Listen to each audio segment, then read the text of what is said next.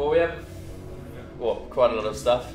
Some of it is supplied by Volvo, which is sort of through the last however many editions of the race, basic experience on what has gone wrong and what should be carried effectively. So we have quite a lot of mandatory kit, and then after that we then go on our experience and what we think, and obviously everything's carried slightly differently depending on leg length, weight, how much stuff we want, what the forecast is, at least for the first week. If it's going to be chaos or if it's going to be a drift off, there's obviously a very different mindset. Obviously one of the first ones is we carry a spare rudder on the boat. So this rudder is exactly the same as the two rudders that are fitted at the back. This one, we have trained basically to fit this one in its correct position. So we remove the old rudder and put the new one in using halyards, and have one go over the side hanging on a halyard sort of guiding it, and basically everyone else helping it in and using another halyard to pull it up through the boat. And it's quite an efficient system if everyone's in the right place and it's not too mental conditions. But we also have a emergency rudder system which we can mount on the back of the boat, which you never really want to do because performance wise it's terrible. But it's something if the rudder stock, this part actually damages the hull and you can't physically get the new rudder in or out. So, well, actually this boat in the last race had a broken rudder in the first leg, so we changed it.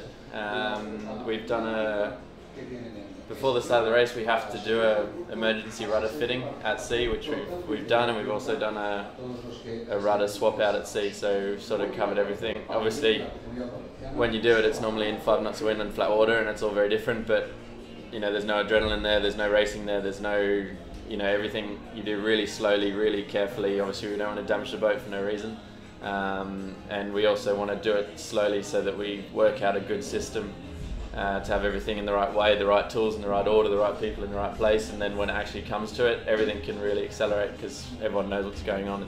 Got a few more things. So some of it is piping, which we can basically connect through any bulkhead. We have 2 watertight bulkheads, and we can connect plumbing to a bilge pump, which we can basically empty this section without having to open the door, which is here.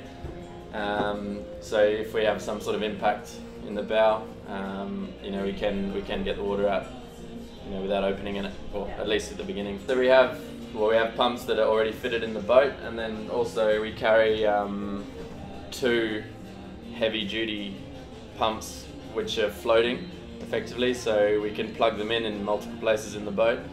If you get them out, it's a major. The boats, you've had some serious problems. We have a spares kit for effectively everything in the boat, every section of the boat. So we have a boat building, a sail making, a rigging, a deck gear, a winch, and that's sort of the team's decision on what you take. And obviously it's a hard thing. It's always a hard decision on what you want to take because it's weight versus potential breakages and not having something to actually fix something. Each spares kit is basically carried in a bag like this. So we've just done some inshore racing, so we've got, well, that's the inshore spares, so it's some mandatory kit we have to carry at all times, and then from that we have a boat rigging kit, everything else, and it's all then into stacking bags, which is moved around the boat when we're sailing normally. Obviously for a Southern Ocean leg or a long 30-day leg, you'll take a substantial amount of gear, you know, and a couple 100 kilos probably worth of spares, and then in a light leg you literally take everything off except the spare winch handle and, you know, a few bits of lashing. Obviously life jackets is a big one because it's, you know, the most likely safety situation we're going to have is someone falling in the water, especially on these boats. Like, the amount of water going over the deck is just mental, and life jackets in general aren't particularly nice things to wear. Obviously they're cumbersome, they're heavy, they're not comfortable in general. When you're grinding or doing something, they're annoying and they're in the way, and there's always a strap somewhere that works. So Spinlock have actually developed quite a nice product, basically coming off the back of the last race with input from Volvo sailors, and it's all pretty compact. It's quite a solid fitting thing, so it doesn't spin around too much, and it's all very user friendly and pretty simple. They've actually got a quick release mechanism here that if you fall in the water and you are tethered to the boat, there's some situations where you don't want to be connected to the boat anymore, because if the boat's doing 25 knots, you're gonna get killed being dragged behind the boat quicker than you're gonna be potentially recovered as a man overboard. So there's stuff like that. There's built-in AIS beacon, lights, and it's really pretty well thought out. And it's obviously another one, you still have to wear it for it to be any use. Do you have a crew policy on clipping on?